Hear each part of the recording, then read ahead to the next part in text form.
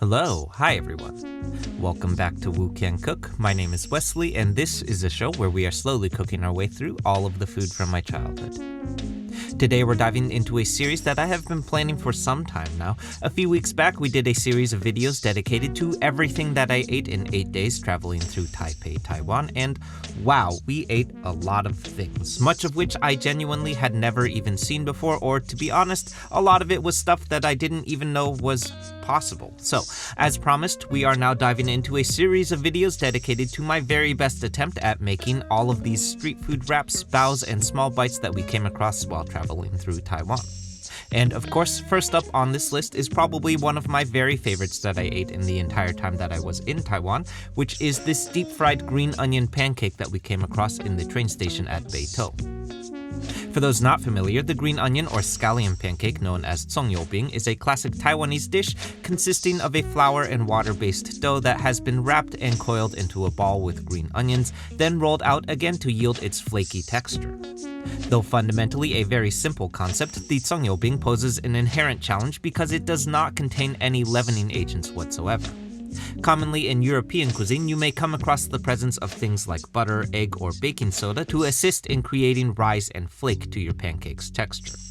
A traditional cong, however, attributes its flaky qualities solely to the way that it's rolled, yielding a flaky but not puffy texture. But, as you may have noticed in our travel vlog though, our deep-fried pancake has a lot of rise and puff. So much so that they actually had to pop the air out of this thing before serving, which leads me to believe that there is in fact some kind of leavening agent tucked into this pancake, which would have been activated by the deep fry, which is interesting. Okay, so let's get into it.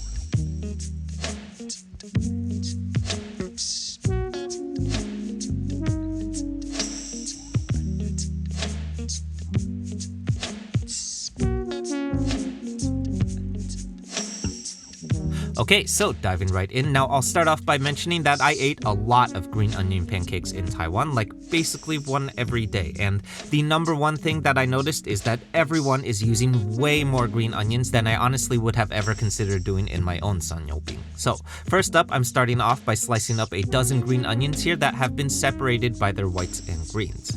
We're gonna fold these whites of our green onions into our dough to be fried later on, then using these reserved greens as a garnish in our wrap. Moving on to our dough next. Now, as I mentioned, the classic cong is a very simple dough comprising simply of flour and water in a 2-to-1 ratio. So this is what ended up being 2 cups of flour combined with 1 cup of water and a hefty pinch of kosher salt, followed by the whites of our green onions. Then, not pictured here, but for our leavening agent, I also added a half teaspoon of baking soda to our dough here before kneading this all until a cohesive dough forms. The alkaline in our baking soda is going to activate in our deep fry, hopefully yielding for us some nice puff and rise, not too dissimilar to the way that we make use of baking soda in our fried chicken batters too. Once my dough begins to pull away from the side of the bowl like so, I'm weighing out a 3-ounce piece of dough onto a liberally floured work surface. Then I'm starting by forming a coin shape with my hands before rolling this whole thing out a quarter turn at a time until about 8 or 10 inches in diameter. Then we're adding a half teaspoon of sesame oil to the dough, then rolling it up both horizontally then vertically to form a nice little coil shape like so. Finally, we're forming this into another coin shape, rolling this whole thing out again until 8 or 10 inches in diameter again, and repeating this with our remaining dough. Last up, before we head over to the stove, now our street vendor cong was served with a sweet and savory brushed glaze, then wrapped around a deep fried egg, the latter of which we will get to in a moment. For now though, we're focusing on cracking this sweet and savory glaze, which to my taste was pretty distinctively the flavor of hoisin sauce combined with some brighter and more savory elements to balance it out. So up first, this is 4 tablespoons of soy sauce and a single tablespoon of sesame oil to start, followed as promised by 4 tablespoons or a quarter cup of hoisin sauce. Then this is just a half tablespoon of dark soy sauce for some deeper umami qualities, and a single tablespoon of rice vinegar for some brightness. Finally, rounding this out is a single tablespoon of honey and a quarter cup of water to loosen our texture up a bit, then we're mixing this all to combine. Over on the stove, we're diving into our deep fry next, which posed a number of challenges here and was by far the trickiest part of replicating this dish. Now, first off, a cong is more traditionally pan-fried at medium-low heat, using direct heat to create a blistered and golden quality to the pancake's exterior. So, if we're going to deep fry this cong, my prediction here is that we'll end up with a more evenly golden quality with a softer and chewier texture since we won't have any direct contact with a cooking surface. The tricky part about this, however, is that we also need to replicate the low and slow heat of a medium-low frying pan.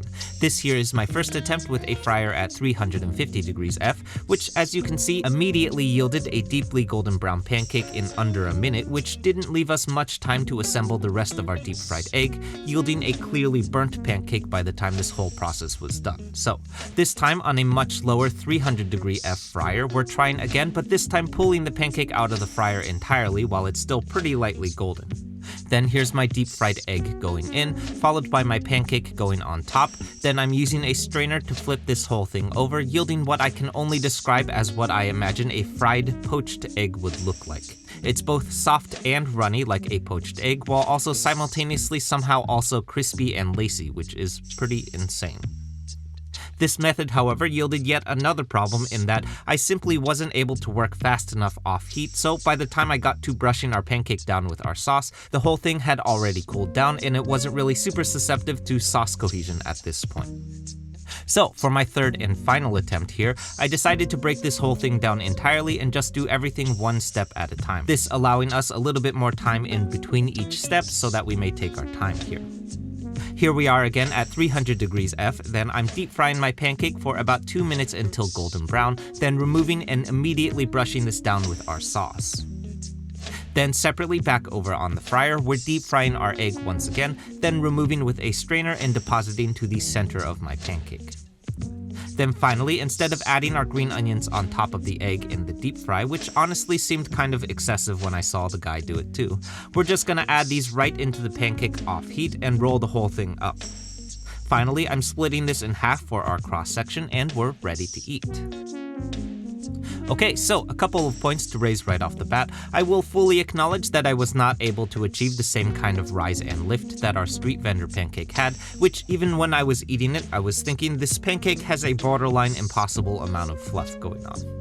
My next best guess here would be to incorporate egg into the batter itself, which in turn would activate with the heat in the fryer to yield a puffy and flaky quality, though I was hoping to achieve this same quality with baking soda myself. The mystery continues. That said though, I do think we pretty much nailed every other aspect of this green onion pancake wrap. Our cong is still quite flaky and soft with a nice even cook to it thanks to our deep fry, with the added benefit that the edges of our pancake crisped up slightly too, which was a nice bonus.